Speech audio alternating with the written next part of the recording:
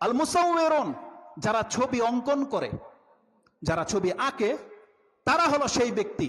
এই জন্য প্রত্যেক মুসলিম পিতাকে নজরদারিতে রাখতে হবে যে আপনার ছেলে ওই কৃষি বা কি বলে এটাকে, একটা সাবজেক্ট যে আছে অপশনাল, কৃষি শিক্ষা বা এটা নামটা কি, অপশনাল চারুকলা বা কিছু, আপনি দেখবেন যে আপনাদের স্কুলগুলোর মধ্যে আপনার বাচ্চাকে দিয়ে তো কোনো প্রাণীর ছবি তো শেখাচ্ছে না। এটা দেখা আপনার প্রত্যেকটা বাপমার দায়িত্ব, কারণ আপনি তো মুসলিম, আপনাকে তো ইসলাম টিকিয়ে রাখতে হবে, আপনাকে তো প্রমাণ দিতে হবে আপনি মুসলিম। রাসূল ইসলাম যেহেতু বলেছে যেই ব্যক্তি ছবি আঁকবে, তার মানে সেই ব্যক্তিকে কাল কিয়ামতের দিন আল্লাহ তাকাবে না।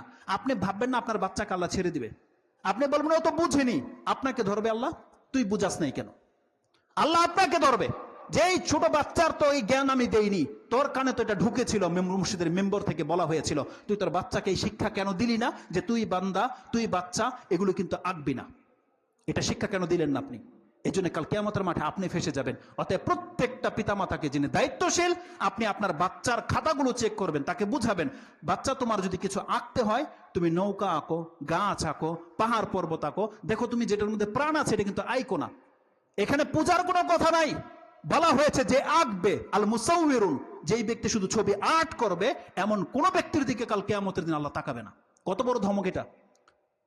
আরেক ব্যক্তি, যেই ব্যক্তি নিজের মুনাফা অর্জন করার জন্য মিথ্যা কসম খায়, আমাদের ওদিকে যাওয়ার দরকার নেই। তো আমি যেটা বুঝাতে চাচ্ছি যে আল্লাহ সুবহানাহু ওয়া তাআলা প্রত্যেক ব্যক্তিকে পরীক্ষা করবে। এখানে হিন্দুর কথাও নাই যে যেই ব্যক্তি অমুসলিম থেকে ইসলাম গ্রহণ করবে তাকে পরীক্ষা করবে না। আল্লাহ বলছেন প্রত্যেকটা ব্যক্তিকে আমি পরীক্ষা করব, যেই ব্যক্তি দাবি করবে আমি মুসলিম, তাকে আল্লাহ পরীক্ষা করবে।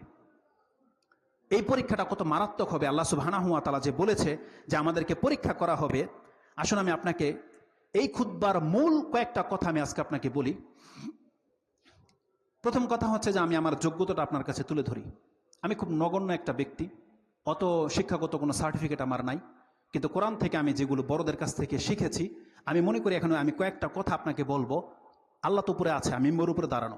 এর আগে কোনোদিন কোনো ব্যক্তি কোরআন পড়ে এরকম ভেবেছেন কিনা আমার মনে হয় না যে হবে।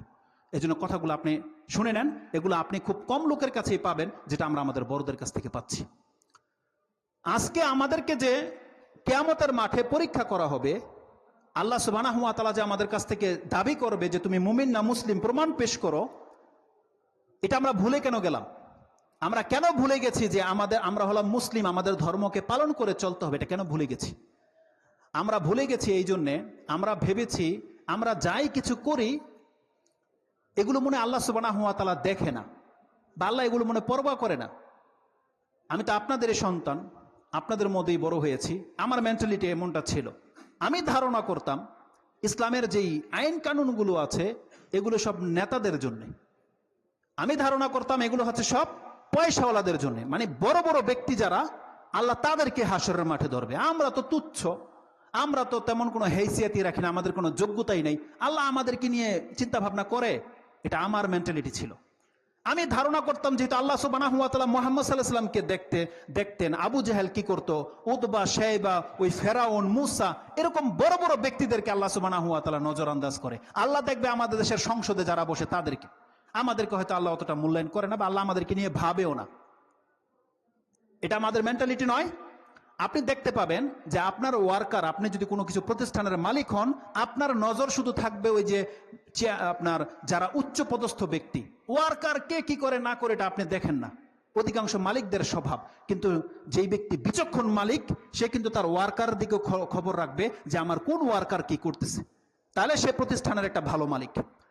তা আল্লাহ সুবহানাহু ওয়া তাআলা সম্পর্কে আমার এমনটা ধারণা ছিল যে আল্লাহ সুবহানাহু ওয়া তাআলার কাছে আমরা কোনো যোগ্যতাই নাই, গরিব ঘরের সন্তান, কোনো অলির ঘরেরও নয়, এত পয়সারও মালিক নয়। আল্লাহ আমাদেরকে নিয়ে ভাবে আমি তো কৃষি কাজ করে খাই। অধিকাংশ মানুষ কি এটা মনে করেন আপনি? দেখেন তো আপনি ভেবে একবার যে আমি তো খেটে খাওয়া মানুষ, আল্লাহকে আমাকে দেখে আমার সম্পর্কে কি আল্লাহ ভাবে? আজকে আমাদের অবস্থা হয়ে গেছে এমন, যার ফলে আমরা আল্লাহকে ডেকে আস্থা পাই না, যার ফলে আমরা আল্লাহ সুবহানাহু ওয়া তাআলা আমার কাছে আছে এটা ফিল হয় না, যার ফলে আমরা কি করি, মধ্যম খুঁজি আল্লাহকে পাওয়ার জন্য। একটা মুসলিম যদি জানতো আল্লাহ তার সাথে থাকে, একটা মুসলিম যদি জানতো এখন আপনি কি চিন্তা করতেছেন এটা আল্লাহর কাছে চলে গেছে, তাহলে সেই ব্যক্তি কোনোদিন ভায়া হয়ে কারো পীর মুরিদ হওয়ার জন্য প্রয়োজন পড়তো না তার। আজকে কেন পীরের মুরিদ হওয়ার প্রয়োজন হয়েছে আপনার? আপনি ভেবেছেন আল্লাহকে ওই রাষ্ট্রপ্রধানের মতো, যেহেতু এমপি মন্ত্রী লাগে, আপনি ভাবতেছেন আমি তো নগণ্য ব্যক্তি, আল্লাহর কাছে পৌঁছতে হলে তো আমাকেও অ্যাঙ্গেল ধরে ঢুকতে হবে। এটা গেল এক